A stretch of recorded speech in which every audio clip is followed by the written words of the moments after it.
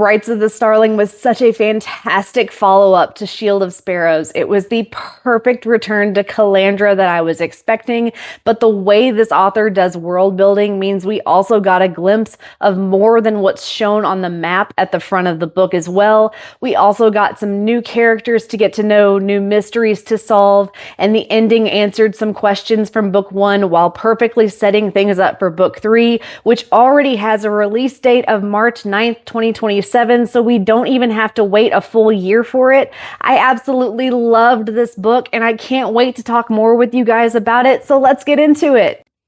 This is book 2 in this author's Shield of Sparrows series, and it's only been out for a little over 2 weeks now.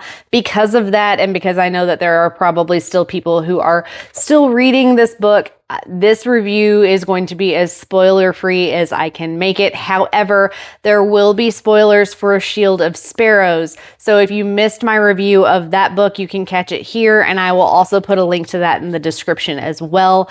I will add spoiler tags wherever necessary as much as I can, like I always do with my reviews that have spoilers. But since these spoilers are usually unavoidable, I would rather spoil the first book since it has been out longer. If I have to pick which book to spoil, I would rather not ruin someone's reading experience since the second book has not been out nearly as long and there are people who are probably still actively reading. I don't want to spoil that for them since they're still reading this new one.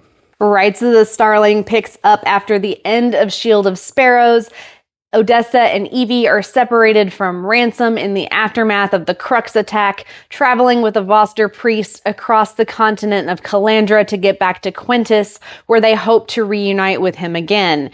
Along the way, Odessa does her best to warn everyone they meet that the Crux migration is coming sooner than expected, so that people throughout the 5 kingdoms might have a chance to prepare, all while trying to protect the little girl who has been left in her care.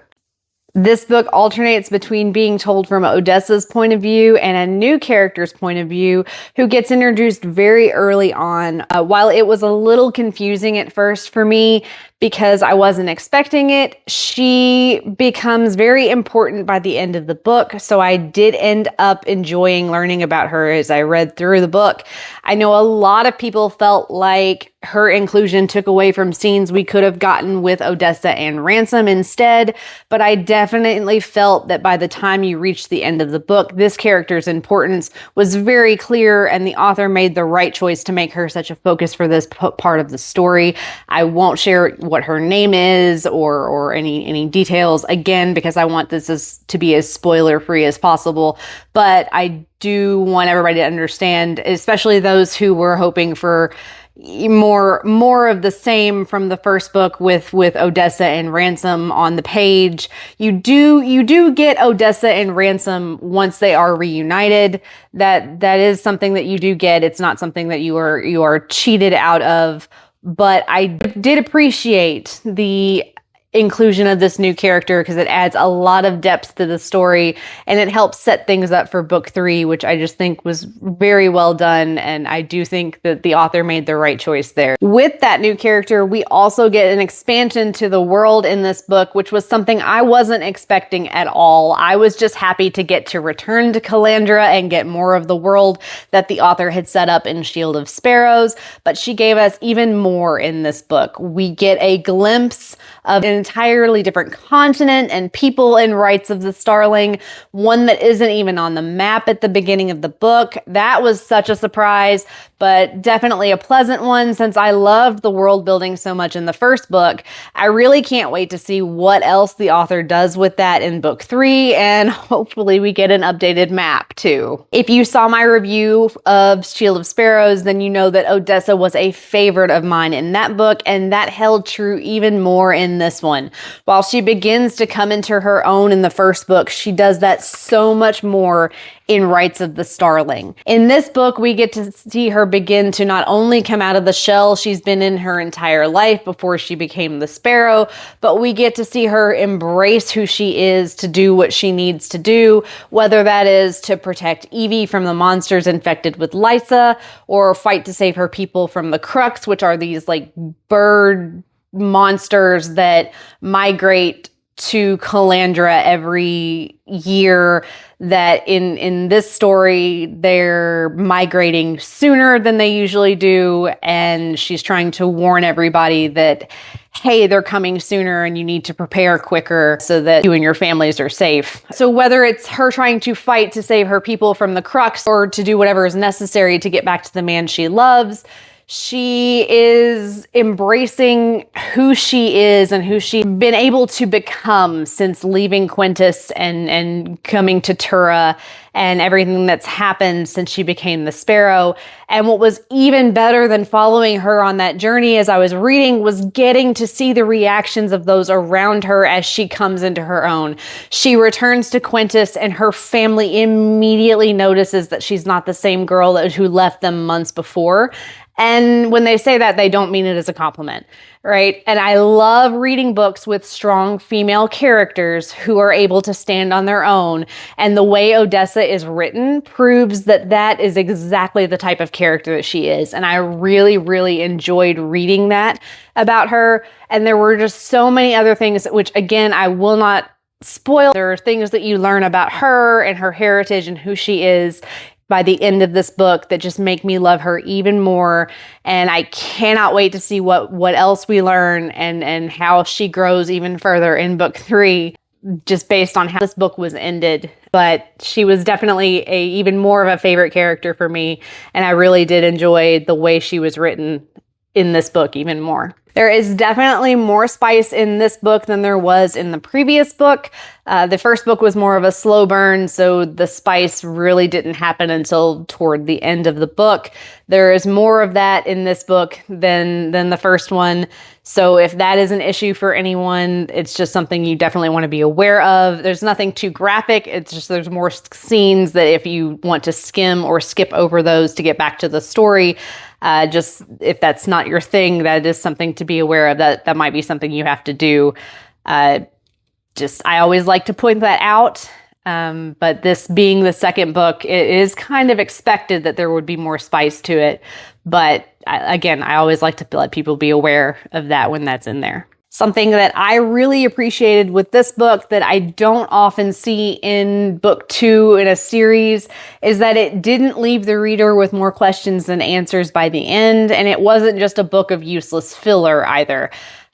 We get answers to some questions that we had back in book 1, but it also adds new questions that will hopefully be answered in book 3.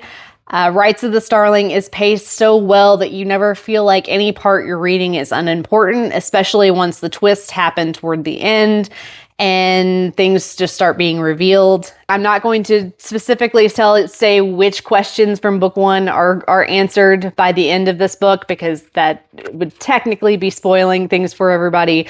But just know that there are questions that by the end of book 1, you're left with questions at the end of book 1 that do get answered somewhat by the end of this book. And again, she does set things up so that there are still questions to be answered, because she has a whole other book coming that will hopefully be tied up by the end of that book as well, but we'll have to see. Overall, I would give Rites of the Starling by Devney Perry 5 out of 5 stars. It was just as amazing as book 1 and definitely left me wanting more by the end. I can't wait for book 3, so I'm really glad that we already have a release date for it. If you've read Shield of Sparrows or you're a Romantasy fan, then you should definitely check this series out.